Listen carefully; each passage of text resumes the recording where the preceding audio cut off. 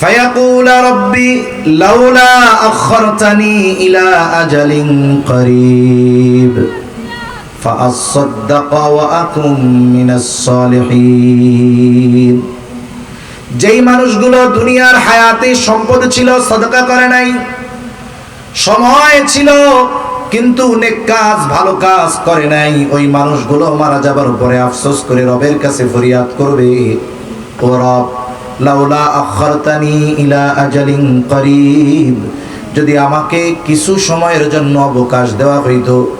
তার মানে রব আমারে যদি আবার একটু দুনিয়ায় যাওয়ার সুযোগ দিতেন, সম্পদ তো রেখে এসেছি, ওয়ারিসরা কাড়াকাড়ি শুরু করে দিয়েছে, রব যদি আবার একটু অবকাশ দিতেন, এইবার দুনিয়ায় গিয়ে সদকা করতাম। ওয়া আকুম মিনাস সালিহিন, ও রব বিগত হায়াতে ভালো কাজ করি নাই, ভালো মানুষের সঙ্গ নেই নাই, রব এইবার গিয়ে আমি সৎকর্মশীলদের অন্তর্ভুক্ত হয়ে যাইতাম। তার মানে এবার যদি যাইতে দিতেন নেক কাজ বেশি বেশি করতাম। বলুন তো মৃত্যুর পরে ওই মৃত ব্যক্তি যত আবেগ নিয়ে আল্লাহ তাআলার কাছে ফরিয়াদ করুক না কেন, আল্লাহ তাআলা একটা সেকেন্ডের জন্য তাকে দুনিয়ায় আসতে দিবে নাকি? মরার পরে মানুষ আল্লাহ তাআলার কাছে যেই বিষয়টা কামনা করবে সেটা হলো হায়াত, অথচ সেই হায়াত এখন আমাদের আছে। একটু চিন্তা করা দরকার। হায়াত হলো টাকার চাইতে বেশি দামি। কেন? বলে কারো হায়াত যদি ফুরিয়ে যায়, গোটা পৃথিবীর সব সম্পদ দিয়ে একটা সেকেন্ডও কিনতে পারবে না।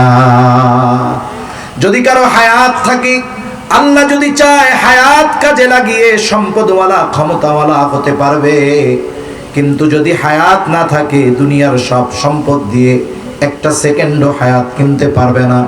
যদি টাকা দিয়ে হায়াত কেনা যাইত, ওই যে আমাদের দেশের অন্যতম ধনী যমুনা গ্রুপের চেয়ারম্যান বাবুল মারা যাইত না, হায়াত কিনা নিত। তার মানে বোঝা গেল কি, এই হায়াত হলো অমূল্য এক সম্পদ। এই দুনিয়ার মানুষ টাকা পয়সা ব্যয়ের ক্ষেত্রে হিসাব করে, চিন্তা করে, কিন্তু ওই টাকা পয়সার চাইতে দামি নেয়ামত হায়াত ব্যয় করার সময় আমরা চিন্তা করি না। দুনিয়ার হাজার কোটি টাকার মালিক, সেও সম্পদ ব্যয় করার সময় চিন্তা করে। আপনাদের নোয়াখালী অঞ্চলে অনেক বড় বড় শিল্পপতিরা আছে, হাজার হাজার কোটি টাকার মালিক আছে। এমনও মানুষ আছে যে তার কত টাকা ব্যাংক ব্যালেন্স আছে এই হিসাবটাও তার কাছে নাই। তারা যদি জিজ্ঞাসা করা হয়, বলবে আমার অ্যাকাউন্টসে জিজ্ঞাসা করেন কয় টাকা আছে, আমি জানি না। মনে করেন ওই লোকটা নোয়াখালী এক বাজারে নামছে, তার উদ্দেশ্য কি, সে এক বোতল পানি কিনবে, এই মাম পানি কিনবে, মাম পানি।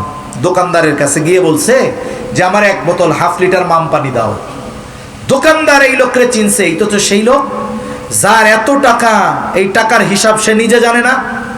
তাইলে এই লোকের কাছে এই পানিটা একটু বেশি দাম চাইব, বোতলে লেখা 20 টাকা।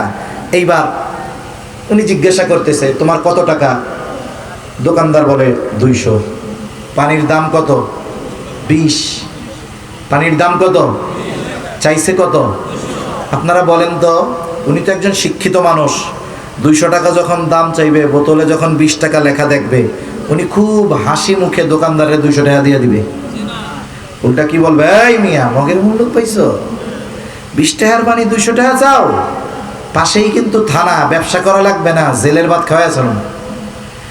যেই লোকের সম্পদ এত, যার পরিমাণ তার জানা নাই, ওই লোক 20 টাকার জিনিস 200 টাকা দিয়ে কিনে না, হিসাব করে।